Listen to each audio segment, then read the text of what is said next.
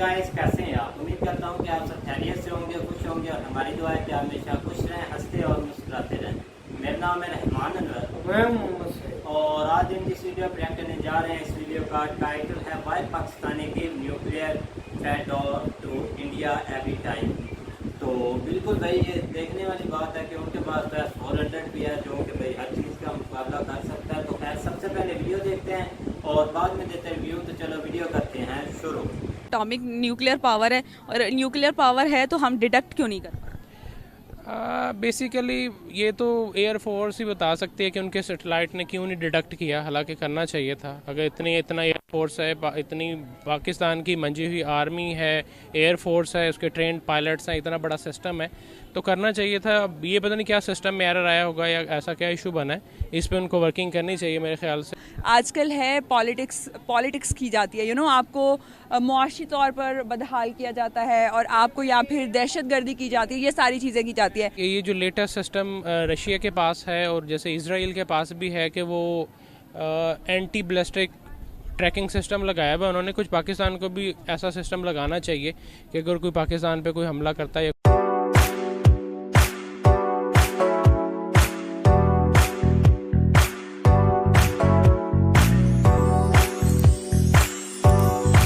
Hi viewers, this is me Ribaha Imran and you are watching my YouTube channel. So viewers, जैसे कि आप सबको पता है कि इंडिया ने रशिया से S-400 जो है वो परचेज़ किया था। अब कहा यह जा रहा है कि आने वाले टाइम में इंडिया जो है अपने डिफेंस सिस्टम को और ज़्यादा मज़ीद स्ट्रॉन्ग कर रहा है, वो ऐसे कि वो S-500 और S-550 भी रशिया से फ्यूचर में परचेज़ करेगा। इस पर पाकिस्तानी आवाम क्या राय रखती है और क्या सोचती है, और इंडिया जो है टेक्नोलॉजी वाइज जो है दिन ब दिन और ज़्यादा स्ट्रॉन्ग होता जा रहा है। इस पूरे सिनेरियो को देखते हुए पाकिस्तानी आवाम क्या सोचती है, क्या राय रखती है, तो आइए आवाम की जानिब बढ़ते हैं। हमारे साथ रहिए। आपका नाम? वसीम साबिर। क्या करते हैं? जी, मैं जॉब करता हूँ। कहाँ पर? एक प्राइवेट कंपनी है वहाँ पे, HR में। जी जी जी जी। सर, सवाल ये है कि रिसेंटली इंडिया के डिफेंस टेक्नोलॉजीज़ या डिफेंस सिस्टम से रिलेटेड आज मैं आपसे सवाल करने जा रही हूँ कि इंडिया ने S-400 आपको पता है जैसे रशिया से ख़रीदा था, उसके बाद सुनने में ये आ रहा है कि इंडिया जो है अपनी टेक्नोलॉजीज़ को और ज़्यादा अपग्रेड करता जा रहा है, और ज़्यादा उसमें इजाफा करता जा रहा है, बढ़ाता जा रहा है और स्ट्रॉन्ग करता जा रहा है। वो ऐसे कि S-400 जो रशिया से ख़रीदा था, अब आने वाले टाइम में कहा यह जा रहा है कि S-500 और S-550 भी जो है वो आने वाले टाइम में फ्यूचर में रशिया से ख़रीदेगा। आप इस हवाले से क्या कहना चाहेंगे? काफ़ी मुश्किल क्वेश्चन आपने कर लिया है। मेरे नॉलेज के मुताबिक तो लास्ट टाइम उन्होंने राफेल जो तैयारे ख़रीदे थे शायद। अच्छा, उस बारे में मैं ये कह रहा हूँ कि पाकिस्तान का भी जो एयर फोर्स है वो भी काफ़ी स्ट्रॉन्ग है। ऐसा नहीं है कि पाकिस्तान के पास जो एयर जेट, पता नहीं उसका नाम मेरे जहन से निकल गया, वो कौन से थे तैयारे पाकिस्तान के? JF-17 thunder. अच्छा, लेकिन वो भी काफ़ी लेटेस्ट टेक्नोलॉजी है। जैसे हमारे पायलट काफ़ी ट्रेंड हैं, वो मोटरवे पे भी उन्होंने वो एक स्टंट किया था। तो तैयारे भी ठीक है, लेटेस्ट टेक्नोलॉजी होनी चाहिए, लेकिन पायलट का ट्रेंड जिस तरह पाकिस्तान ने किए हैं इस तरह इंडिया के उस तरह से ट्रेंड नहीं है। अगर इंडिया के इतने ट्रेंड नहीं है तो सर हमारे जो जब देखते हैं कि मियाँ चन्नू में इंडिया की जानिब से मिसाइल आया, तो अब हम 24 आवर्स तक डिटेक्ट ही नहीं कर पाए कि वो कहाँ से आया, क्या हुआ क्या ना हुआ। जो मेरी इन्फॉर्मेशन के मुताबिक तो पता चल गया था, तो इसीलिए तो पाकिस्तान के एयरफोर्स ने उनके 2 तैयारे गिरा भी दिए थे, आपको याद होगा। तो तैयारे गिरा दिए थे? हाँ, इंडिया के 2 तैयारे गिराए थे पाकिस्तान ने। सर मैं तो उसकी बात कर रही हूँ ना, और उसके बाद जो अभिनंदन को वापस भी तो कर दिया था। जी जी, वो तो चले कर दिया था, लेकिन वो तो उसके बाद एक प्रेशर आना था, इसलिए चले इन्होंने वापस कर दिया। लेकिन उनके 2 एयर जेट गिरा दिए ना, एक उनके बॉर्डर के उस तरफ जाके गिरा था, एक पाकिस्तान में गिर गया था, तो उनके 2 तैयारे क्रैश हो गए थे। उसके बाद उन्होंने अब जो हुआ मियाँ चन्नू में वो तो डिटेक्ट ही नहीं कर पाया। वो अभी हुआ है जो मियाँ चन्नू में आया है। सर ये 1-2 महीने पहले की बात है। मियाँ चन्नू 1-2 महीने भी नहीं बल्कि हुए 1 महीना ही हुआ है। मियाँ चन्नू में जो हुआ वो मिसाइल गिर गया, गलती से हुआ था उनकी जानिब से। तो उन्होंने इस बात से उनकी गवर्नमेंट ने भी मतलब अफसोस किया कि हमें मतलब गलती से हो गया। तो जिस पर हमारी जो यहाँ पर डिटेक्ट ही नहीं कर पाया। जी बेसिकली ये जो लेटेस्ट सिस्टम रशिया के पास है और जैसे इजराइल के पास भी है कि वो एंटी बैलिस्टिक ट्रैकिंग सिस्टम लगाया हुआ है उन्होंने, कुछ पाकिस्तान को भी ऐसा सिस्टम लगाना चाहिए कि अगर कोई पाकिस्तान पे कोई हमला करता है या कोई रॉकेट लॉन्च करता है तो उस पर पाकिस्तान को पाकिस्तान को तो जो है वो कहते हैं कि एटॉमिक न्यूक्लियर पावर है, और न्यूक्लियर पावर है तो हम डिटेक्ट क्यों नहीं करते? बेसिकली ये तो एयर फोर्स ही बता सकती है कि उनके सैटेलाइट ने क्यों नहीं डिटेक्ट किया, हालांकि करना चाहिए था। अगर इतना एयर फोर्स है, इतनी पाकिस्तान की मंजी हुई आर्मी है, एयर फोर्स है, उसके ट्रेंड पायलट्स हैं, इतना बड़ा सिस्टम है तो करना चाहिए था। अब ये पता नहीं क्या सिस्टम में एरर आया होगा या ऐसा क्या इशू बना है, इस पर उनको वर्किंग करनी चाहिए मेरे ख्याल से और इसको इम्प्रूव करना चाहिए सिस्टम को। जिस हिसाब से इंडिया अपनी आर्मी को स्ट्रॉन्ग कर रहा है, जिस हिसाब से अपने डिफेंस टेक्नोलॉजीज़ को स्ट्रॉन्ग कर रहा है, डिफेंस सिस्टम को स्ट्रॉन्ग कर रहा है, आपको क्या लगता है कि आने वाले टाइम के लिए भारत खुद को रेडी कर रहा है?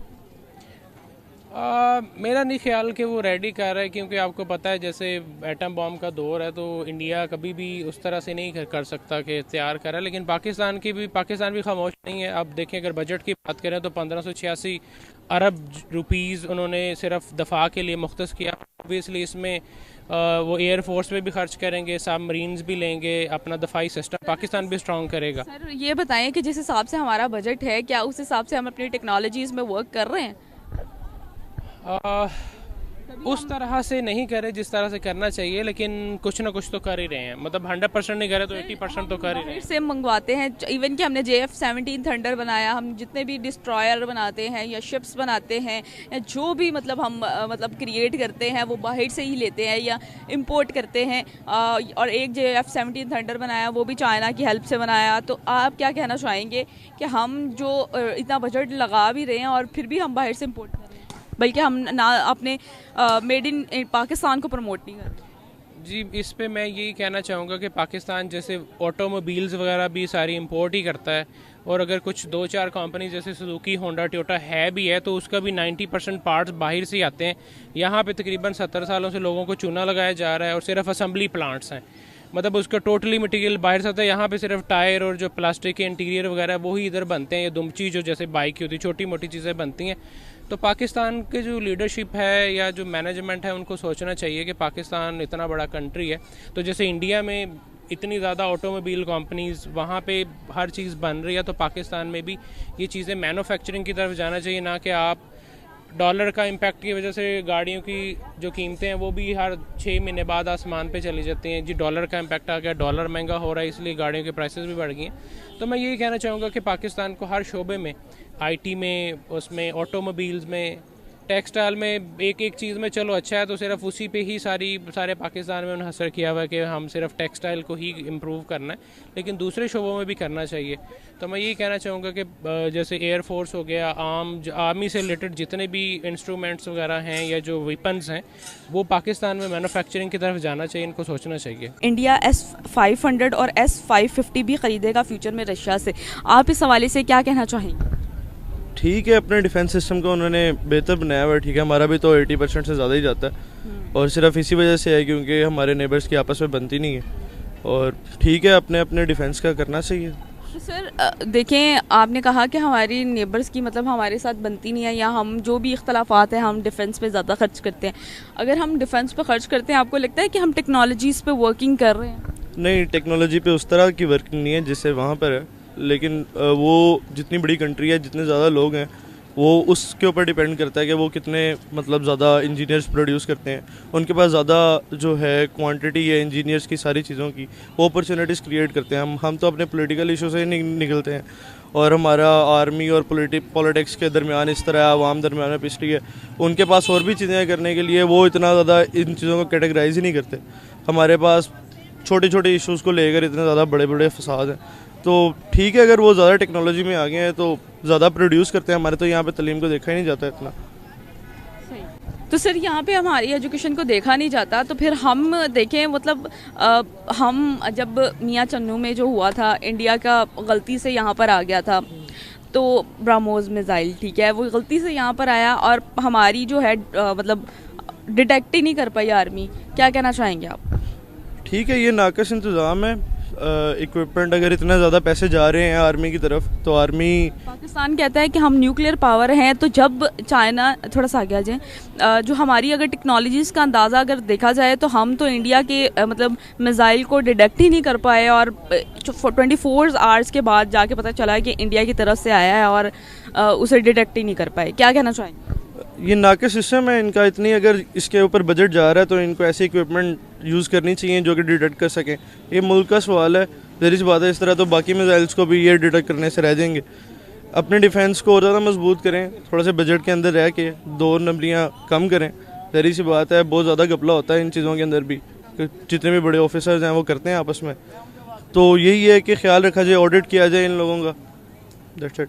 सही हो गया। तो सर क्या कहना चाहेंगे कि इंडिया जो है अपने डिफेंस सिस्टम में बहुत ज़्यादा वर्किंग कर रहा है, इवन कि वो टेक्नोलॉजीज़ अपने मुल्क में ख़ुद बना रहा है। कोशिश वो यही कर रहे हैं कि मेड इन इंडिया के प्रोसेस के थ्रू वो अपने मुल्क में ज़्यादातर टेक्नोलॉजीज़ बनाएं, और सिर्फ डिफेंस सेक्टर नहीं, इसके अलावा जहाँ जहाँ टेक्नोलॉजीज़ इस्तेमाल हो रही हैं वो हर सेक्टर में बहुत ज़्यादा ग्रो कर रहे हैं। चाहे वो IT हो, चाहे वो जो मर्जी टेक्नोलॉजी में, वो बहुत आगे जा रहे हैं अपने मेक इन इंडिया के प्रोसेस के थ्रू वो बनाकर। क्या कहना चाहेंगे? पाकिस्तान भी ये बात नहीं है कि कर रहा है, पाकिस्तान के भी कितने ब्रांड्स हैं जो बाहर जाते हैं। टेक्नोलॉजी को देखा जाए तो टेक्नोलॉजी सारे पूरी दुनिया के अंदर जो है वो चाइना पे ही असेंबल होकर आ रही है। ये तो नहीं कह सकते कि वो अपने प्रोड्यूस कर रहे हैं या उनके बहुत ज़्यादा है। अगर कर भी रहे हैं तो वो उनकी कंट्री के अंदर ही महदूद है। अगर देखा जाए तो पाकिस्तानी भी इस तरह काफ़ी खुद से सेट बनाते हैं, जो भी करते हैं वो जो लोकल फ़ोन्स यूज़ करते हैं यहाँ पर। तो ये डिपेंड नहीं करता कि वो खुद अपना बना रहे हैं या जो भी कर रहे हैं। इकोनॉमी मजबूत होनी चाहिए। हमारी इकोनॉमी है ही नहीं, हमारे पास इतना है ही नहीं, वसाइल ही नहीं है कि हम खुद से कर सकें। ठीक है, हमें इस चीज़ के ऊपर ध्यान देना चाहिए। हमें ये अपना कंपटीटर देख के उनको सोचना चाहिए कि ठीक है भाई वो करते हैं तो हमें भी कोशिश करनी चाहिए। ये है कि वेल है, बहुत अच्छा है, अगर वो कर रहे हैं तो हर कंट्री को आगे बढ़ने का है अपने हिसाब से। सर पाकिस्तान देखा जाए तो पाकिस्तान आज की डेट पर टेक्नोलॉजी वाइज कहाँ पर स्टैंड कर रहा है? हम अपनी टेक्नोलॉजीज़ पर उस तरह वर्किंग नहीं कर पा रहे जिस हिसाब से इंडिया कर रहा है, और डिफेंस सिस्टम को वो टेक्नोलॉजीज़ वाइज बहुत ज़्यादा स्ट्रॉन्ग कर रहा है। क्या कहना चाहेंगे?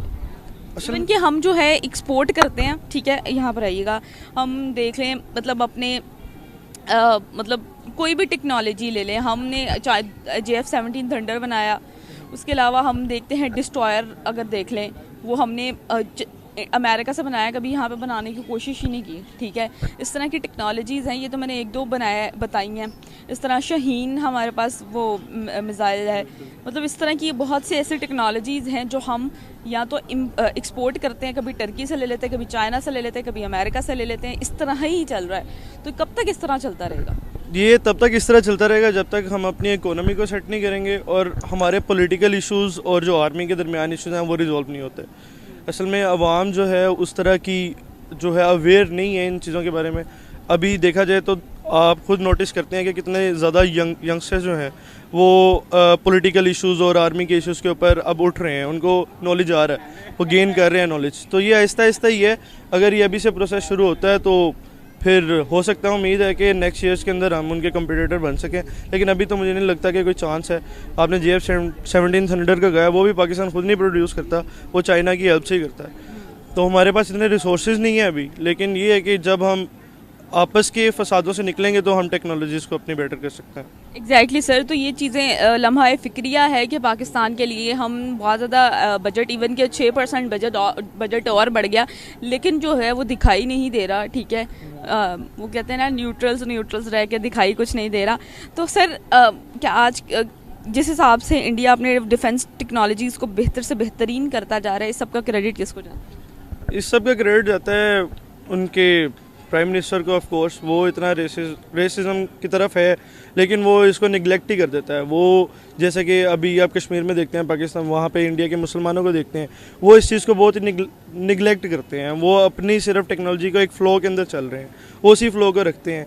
यहाँ पर वो फ़्लो ही नहीं है, यहाँ पर रिदम ही नहीं है। यहाँ पर रिदम टूट जाता है हर गवर्नमेंट के साथ, हर एक इशू के साथ, छोटे से इशू के साथ रिदम टूट जाता है। ये चीज़ें हैं जो कि ऑब्स्टेकल्स हैं हमारे लिए। यही है कि हमें चीज़ों को थोड़ा सा परस्यू करके, थोड़ा सा इनको निगलेक्ट करके आगे बढ़ना चाहिए।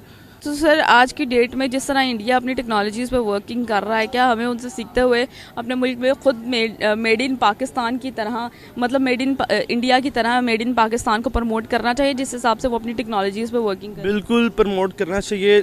बात वहीं पर आ जाती है कि हमारी एजुकेशन का बजट बहुत ज़्यादा कम है। हमारे यहाँ पे इंजीनियर्स की कोई वैल्यू ही नहीं है डिग्रीज़ की।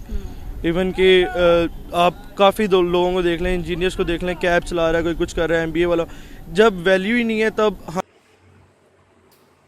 जी गाइस, तो जैसा कि आप वीडियो देख रहे थे, तो वीडियो भी काफ़ी अच्छी थी इंफॉर्मेशन के लिहाज से कि न्यूक्लियर पर ही थी, क्योंकि हमारा जो पाकिस्तान है ना भाई हमारा पाकिस्तान, आपको पता है कि हर वक्त एक चीज़ की भाई इंडिया का धमकी देता रहता है कि न्यूक्लियर पावर है, हम ये कर देंगे, वो कर देंगे, हम इस चीज़ में स्ट्रॉन्ग है, इस चीज़ में स्ट्रॉन्ग है। लेकिन एक बार prime minister Modi ji speech दे रहे थे तो उन्होंने भी जवाब में दे दिया था। उन्होंने बोला था कि ये ज़्यादा ही चढ़ाई कर रहे हैं। उन्होंने बोला था हमने कौन सा दिवाली पर चलाने के लिए रखे हैं। ये चीज़ है ना भाई, तो ये हमेशा इस चीज़ को देखते हैं कि भाई न्यूक्लियर हम पावर हैं तो हम ये कर दें, वो कर दें, पूरी दुनिया तबाह कर देंगे। लेकिन ये बस न्यूक्लियर पावर है, इस चीज़ को लेकर पाकिस्तान है, बाकी यहाँ पाकिस्तान में कोई नहीं आपको भाई चीज़ नज़र आने।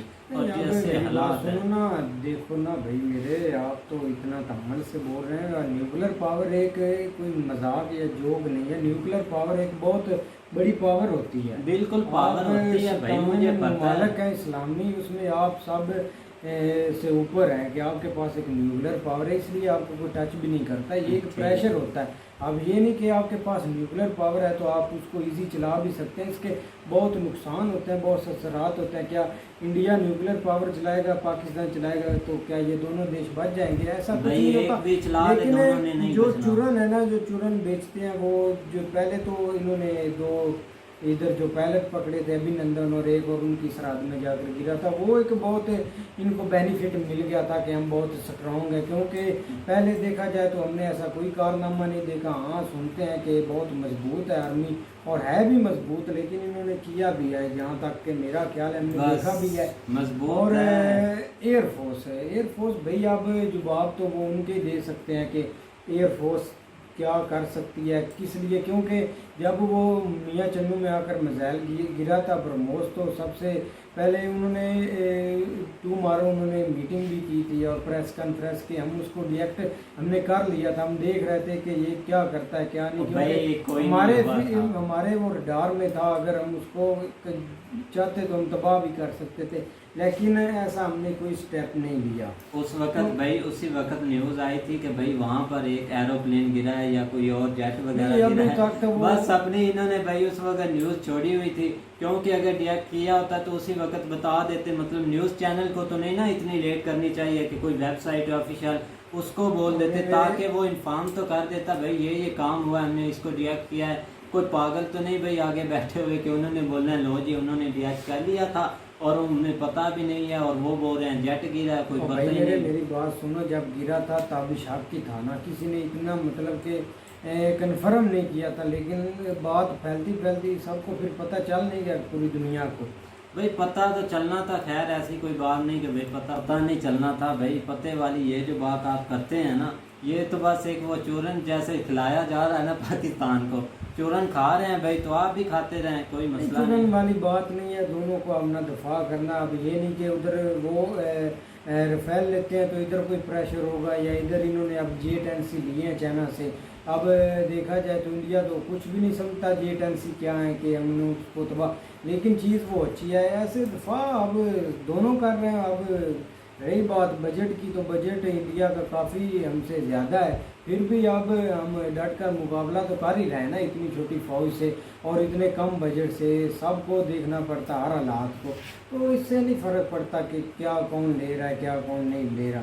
जब बहुत हालात ख़राब होंगे तो ज़ाहिर बात है न्यूक्लियर ही चलना है, जो कि दोनों ममालिक को तबाह कर देगा। लेकिन टाइटल से तो लग रहा था कि काफ़ी वीडियो अच्छी थी, लेकिन वीडियो इतना मतलब कि एक चिल मोड नहीं था। चिल मोड पता है भाई क्या, आपको इस चीज़ का रीज़न बताता हूँ। रीज़न ये है कि आप ना भाई शुएब की वीडियो देखते हैं ना, तो इसलिए आप कोई अब दूसरी रिएक्ट वीडियो देखते हैं तो मज़ा आपको इसलिए नहीं आता, क्योंकि वो फ़ौरन सवाल जवाब करते हैं। ये थोड़ा सा ना ऐसे खड़े रहते हैं आके, बिल्कुल अगला बंदा बोलता रहता है, ना कोई जवाब ना कुछ, ऐसे मज़ा नहीं आता। इसीलिए मैं भी थोड़ा सा बोर फील कर रहा था, लेकिन टॉपिक ठीक था कि हम हर वक्त जो भाई उनको न्यूक्लियर पावर जो है इसकी भाई धमकियाँ देते रहते हैं, लेकिन वो भी आगे से भाई कम नहीं, इसीलिए किसी को कम नहीं समझना चाहिए। लेकिन खुद भी अगर जंगों की बात की जाए तो अगर 4 ही हुई हैं तो वो माशाल्लाह हम नहीं, चलो खैर इस चीज़ को छोड़े भाई, इसकी करवा के भाई इन्होंने क्या कर दिया। खैर उम्मीद करते हैं कि गाइस आपको वीडियो पसंद आएगी, अगर पसंद आए तो लाइक सब्सक्राइब जरूर कीजिएगा और कमेंट में अपनी राय का इज़हार जरूर कीजिएगा। अल्लाह हाफिज़।